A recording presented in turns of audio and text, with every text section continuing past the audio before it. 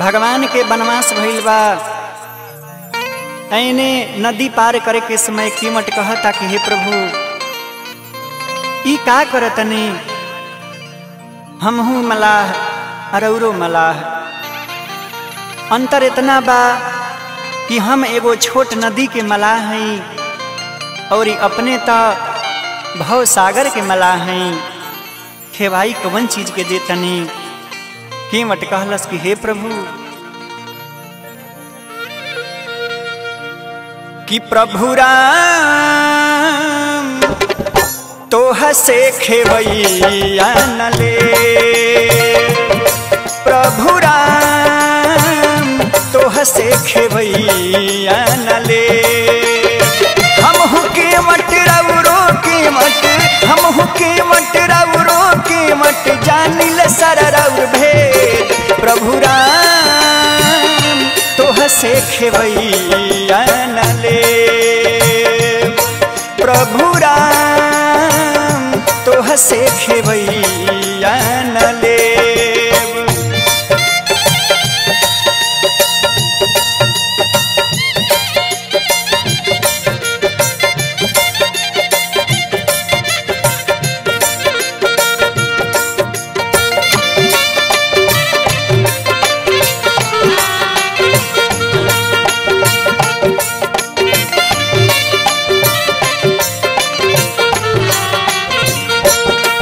कीमत कहलस कि हे प्रभु अतने ना, ऐसन परंपरा सदियों से चलल आ रहल बा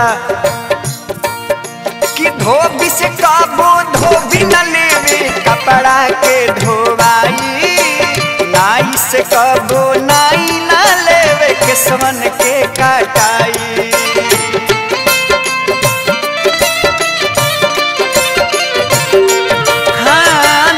से काबो धोबी न लेवे कपड़ा के धोवाई, नाई से काबो नाई न लेला किस्मन के कटाई।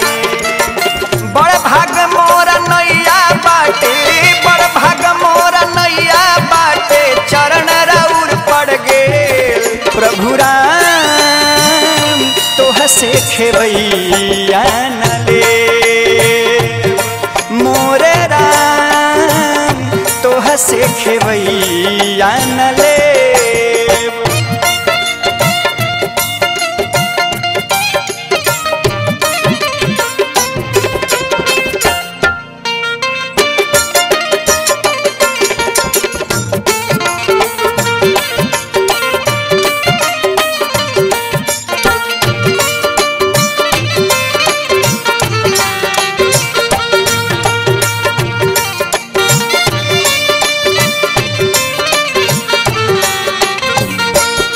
कहलस कि हे प्रभु हम ऐसन सुनले बने कि रौरा चरण में एगो ऐसन जादू बा, जमुना के स्पर्श से पत्थर नारी बन गल रहे।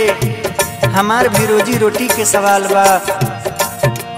डर बाटे कि रौरा चरण में जादू भरल बा भारी, रौरे चरण से बन गइल रहे पत्थर एगो नारी।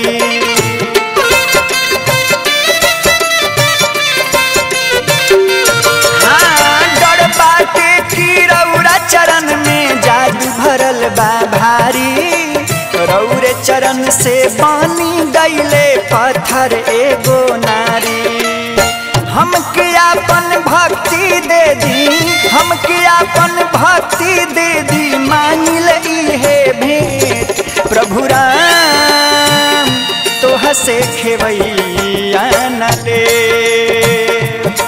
प्रभु राम तोह से खेवैया न ले।